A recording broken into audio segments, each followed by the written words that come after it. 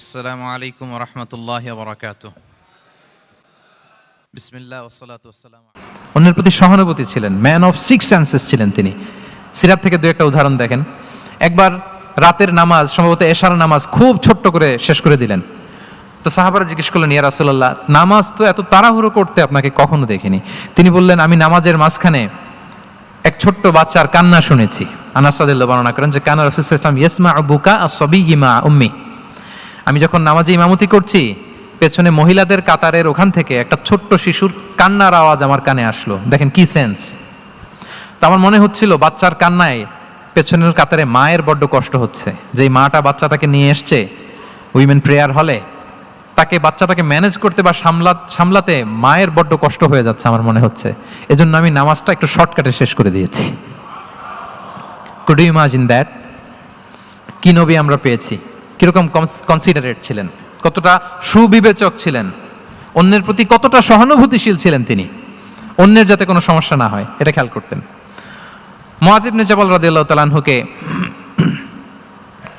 মদিনার পাশেই এক মসজিদের ইমাম করে পাঠালেন। উনি ইমামতির দায়িত্ব পেয়ে একবার মাগরিবের নামাজে সূরা বাকারা তেলাওয়াত শুরু করলেন। কোরআনের সবচাইতে ছোট সূরা, তাই না? সূরাতুল বাকারা, হ্যাঁ, সবচেয়ে ছোট সূরা। তো ওনার হয়তো তেলাওয়াত করতে করতে একটা ইমোশন চলে আসছে, উনি তো সুরের ঝংকার দিয়ে তেলাওয়াত করতেছেন। এখন পেছনে যারা মুসল্লি ছিল এরা ছিল সব কৃষিজীবী সাহাবী। এরা কি ছিল? সারা দিন ওট দিয়ে, খেজুর গাছে পানি দিয়ে যান যায় কোনো রকম ফরজ পেরে যায় ঘুমাইতে হবে। এই সাহাবীরা যখন পেছনে দাঁড়াইছে আর উনি ধরছে কোন সূরা, আওয়াজ করে বলুন না একটু, সূরাতুল বাকারা।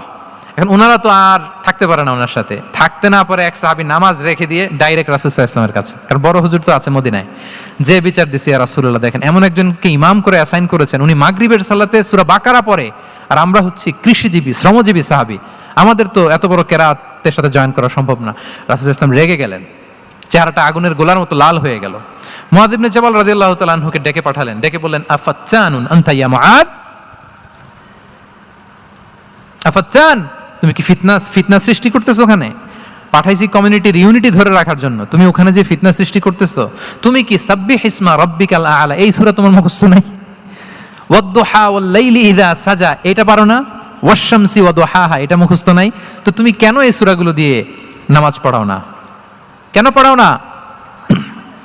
এরপর তিনি বললেন, যখন ইমামতির সুযোগ পাবে, সুযোগ পেয়ে লম্বা কেরাত ধরো না, ছোট্ট কেরাত দিয়ে নামাজ শেষ করো। কেননা তোমার পেছনে বয়স্করা আছে, মুরব্বীরা আছে, অসুস্থরা আছে। জাল হাজা, তার একটা জরুরি কাজ পড়ছিল, যাচ্ছিল, হঠাৎ মাগরিবের আজান, ভাবলো রাস্তার পাশে যেহেতু আজান দিছে নামাজটা পড়ে নেই। নামাজে ঢুইকে দেখছে আপনি সূরা বাকারা ধরছেন, তো বেচারা কি কাজ করবে না কি করবে? আর তার তো নিয়ত ছিল ফরজ নামাজটা পড়ি যে বাস ধরবো, এখন আপনি ধরছেন কোন সূরা? বাকারা। দেখেন রাসূল সাল্লাল্লাহু আলাইহি ওয়াসাল্লাম বললেন, যখন ইমামতির চান্স পাবে ছোট সূরা পড়বে, আর যখন তুমি একা পড়বে ফালিউতাওবিল মাশা, যত লম্বা করতে মনে চায় করো, রুকু করো লম্বা, সিজদা করো লম্বা, কেরাত করো লম্বা। রাসূল সাল্লাল্লাহু আলাইহি ওয়াসাল্লাম তো রাতে আধা ঘন্টা 40 মিনিট প্রথম রাকাতে কেরাত পড়তেন, এরপরে আবার 40 মিনিট রুকুতে থাকতেন, রুকু থেকে দাঁড়ায় আবার 40 মিনিট, আবার সিজদায় যেয়ে 40 মিনিট, এরপরে সিজদা থেকে 2 সিজদার মাঝখানে আবার 40 মিনিট, 2 রাকাত দিয়ে এরকম রাতও শেষ করে দিয়েছেন। তো আপনার লম্বা যদি পড়তে মনে চায়, আপনি তো আপনার ব্যক্তিগত নফল সালাতে এভাবে লম্বা করবেন। কিন্তু আমাদের হয়ে গেছে উল্টা, একাকী নামাজ কোন রকম রুকু সিজদা এরকম হয়ে গেছে না অনেকটা।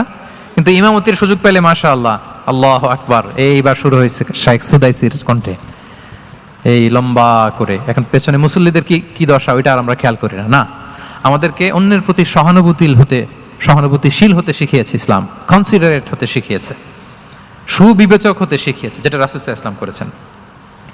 এবং রাসূল সাল্লাল্লাহু আলাইহি ওয়াসাল্লাম কোনো কাজে কাউকে পাঠালে ওনার বিখ্যাত সে বাণীটা বলে দিতেন যে ইয়াসসিরু ওয়ালা তুআসসিরু বাশশিরু ওয়ালা তুনাফিরু, সহজ করে উপস্থাপন করো, কঠিন করো না। সুসংবাদ দিও, মানুষকে দিন থেকে ভাগিও না। আমরা মানুষকে ভয় দেখাই, আমরা এত কঠিন করে ইসলামকে উপস্থাপন করি, মানুষ বলে আগে যেটা করতাম ওইটাই ভালো। তো আমরা যেন দিনকে কঠিন না করি, আমাদের কোনো অ্যাটিটিউডের কারণে যেন মানুষ ইসলাম থেকে ভেগে না যায়।